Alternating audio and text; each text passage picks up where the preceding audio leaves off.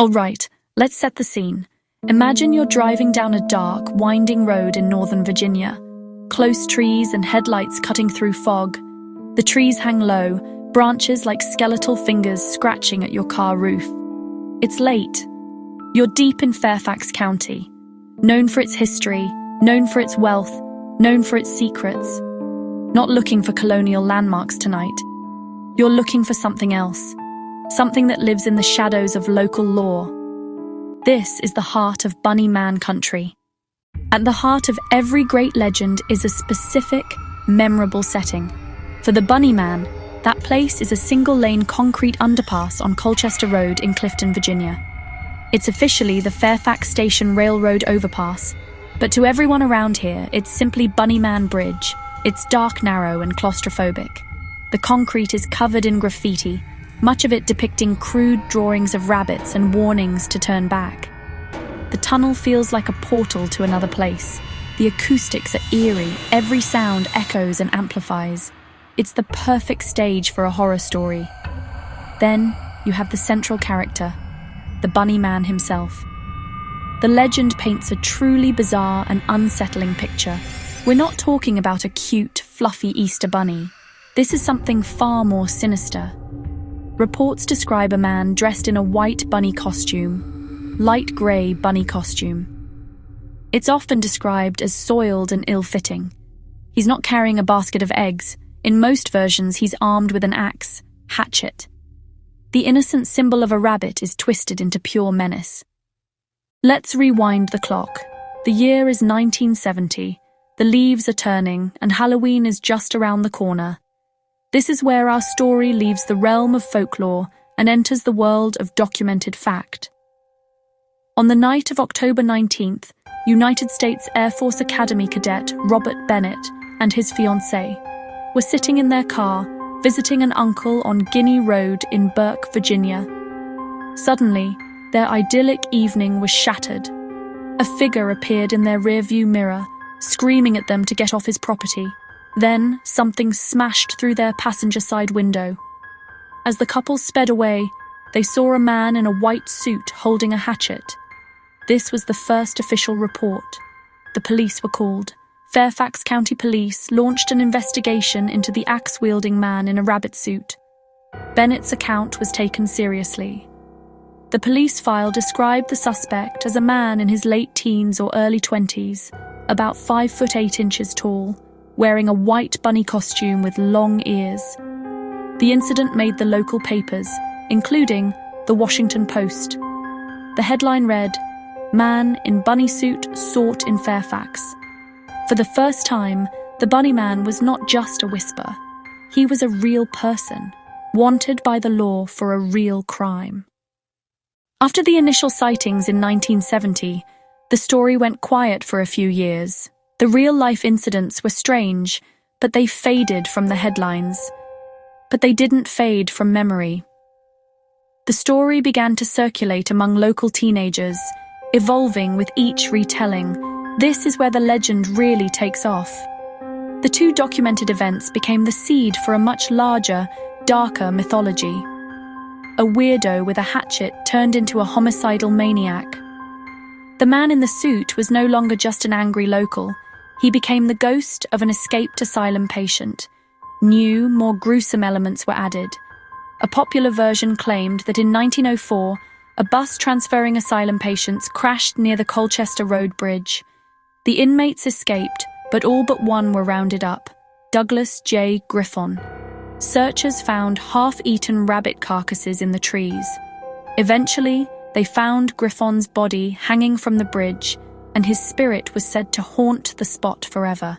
That backstory gave the Bunny Man a name, a motive, a tragic origin, perfect fuel for an urban legend.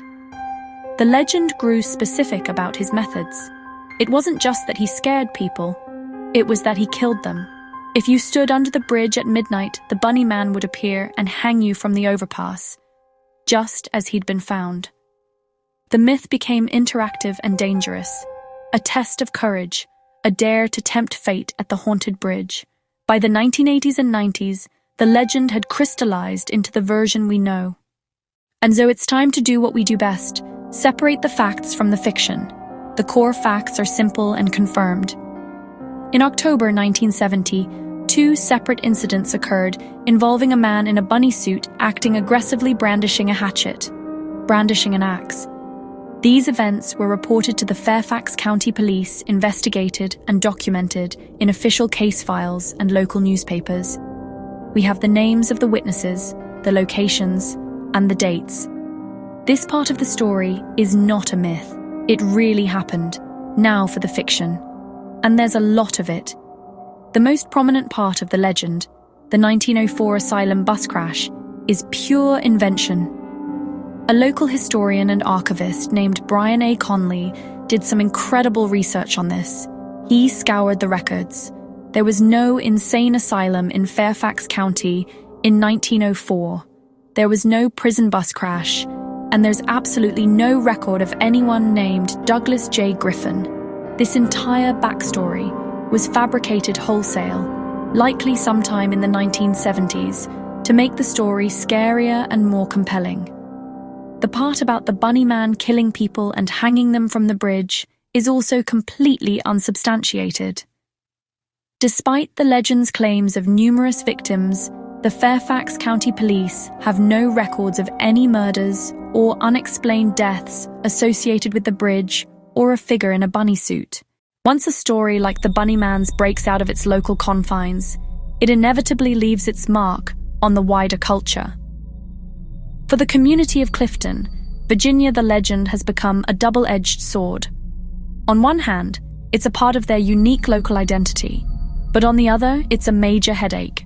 For decades, the Colchester Road Bridge has been a magnet for teenagers, paranormal investigators, thrill seekers, especially around Halloween. This influx of visitors has led to problems with traffic, trespassing, vandalism, litter. The local police have had to implement bunnyman patrols during October to turn people away and maintain order.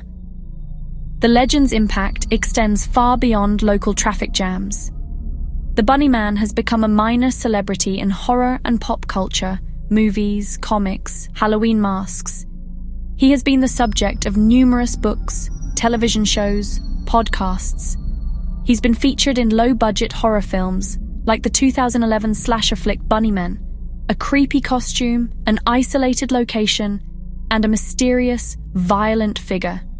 The visual juxtaposition of a cuddly rabbit costume with a deadly weapon is instantly iconic and deeply unsettling. Fueling art, Halloween costumes, and video game characters, it taps into the uncanny valley, familiar, but just off enough to disturb. Ultimately, the Bunnyman has become living folklore, kept alive by visitors looking for a scare and sharing the legend. Every retelling adds another layer to the myth. So, after sifting through the evidence, what can we conclude about the Bunnyman? We stand at a crossroads between a documented criminal case and a full-blown supernatural legend. The truth, as it often does, lies somewhere in the murky middle. We know for a fact that a man in a bunny suit terrorized at least 2 groups of people in 1970. The why remains a complete mystery. Was it a prank that went too far? A fraternity hazing ritual? Or something more sinister? A disturbed individual whose brief spree of terror was never solved? The lack of an answer is what fuels the enduring speculation. The persistence of this story speaks volumes about our need for myths. In a world mapped out and explained, we crave the unknown. The Bunnyman legend provides a pocket of mystery in an otherwise ordinary suburban landscape. It allows us to experience a controlled sense of fear. It's bizarre, it's creepy, and it has just enough basis in reality to make you wonder. The evidence strongly suggests the murders and the ghost story are fictional additions. But the power of belief is a funny thing. When you stand there in the dark, it's easy to let your imagination run wild, easy to mistake a snap for the footstep of a man in a rabbit suit. The trail may have gone cold, but the legend is here to stay.